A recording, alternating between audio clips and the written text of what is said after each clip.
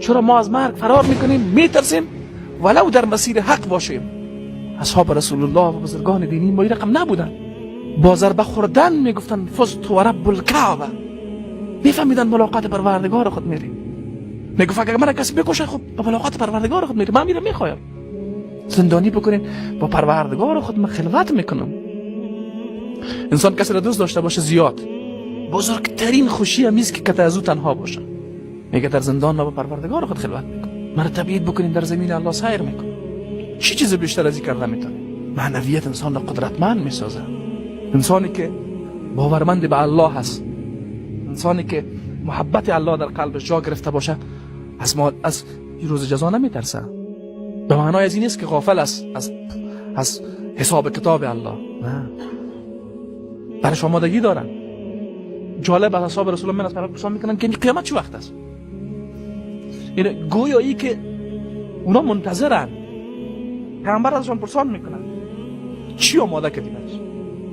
مالک یوم الدین چی برش آماده کردی؟ گپ جالب میگه،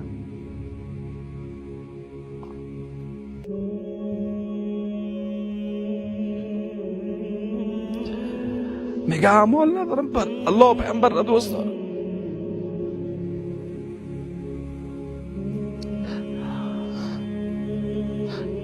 این مفاهیم ایمانی در قلب اونا زنده و بیدار. ما از این نعمت ها محرومیم. به یاد ما نمیآید. از نعمت محبت الله محروم شدن از همه نعمت ها محروم شدن است. گاهی وقتا آیا به خود فکر کردیم که در قلب ما محبت الله پیامبر وجود داره؟ او محبت الله پیامبر باعث شده بیای از پیامبر وقوع قیامت پرسان بکنه. عجیب است. قیامتی که در قرآن کریم خیلی خطرناک معرفی شده، خیلی خطرناک، که همه هستی به لرزه میآید. این از او پرسان میکنه چه وقت قیامت میاد رسول الله؟ چرا تو از این پرسان میکنی؟ محبت الله در قلب من است.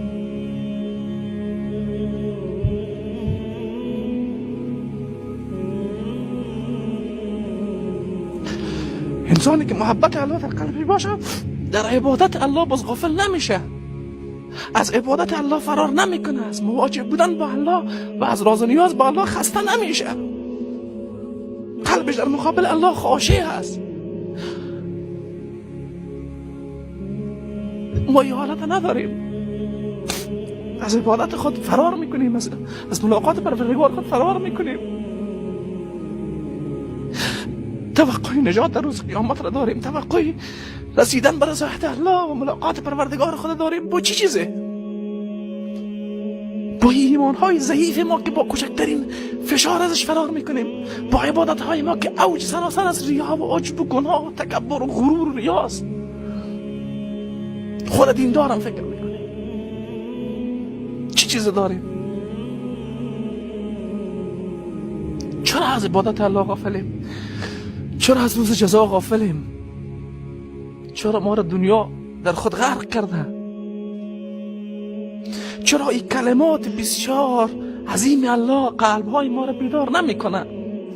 هر روز 5 بار در مقابل الله قرار میگیریم، تنها در نماز پیشین 10 بار تکرار میکنیم مالک یوم الدین، مالک یوم الدین، مالک یوم الدین. هیچ.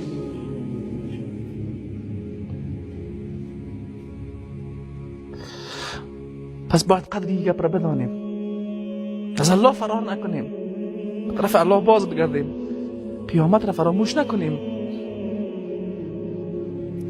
این مفاهیم در ذهن ما وقت زنده بود.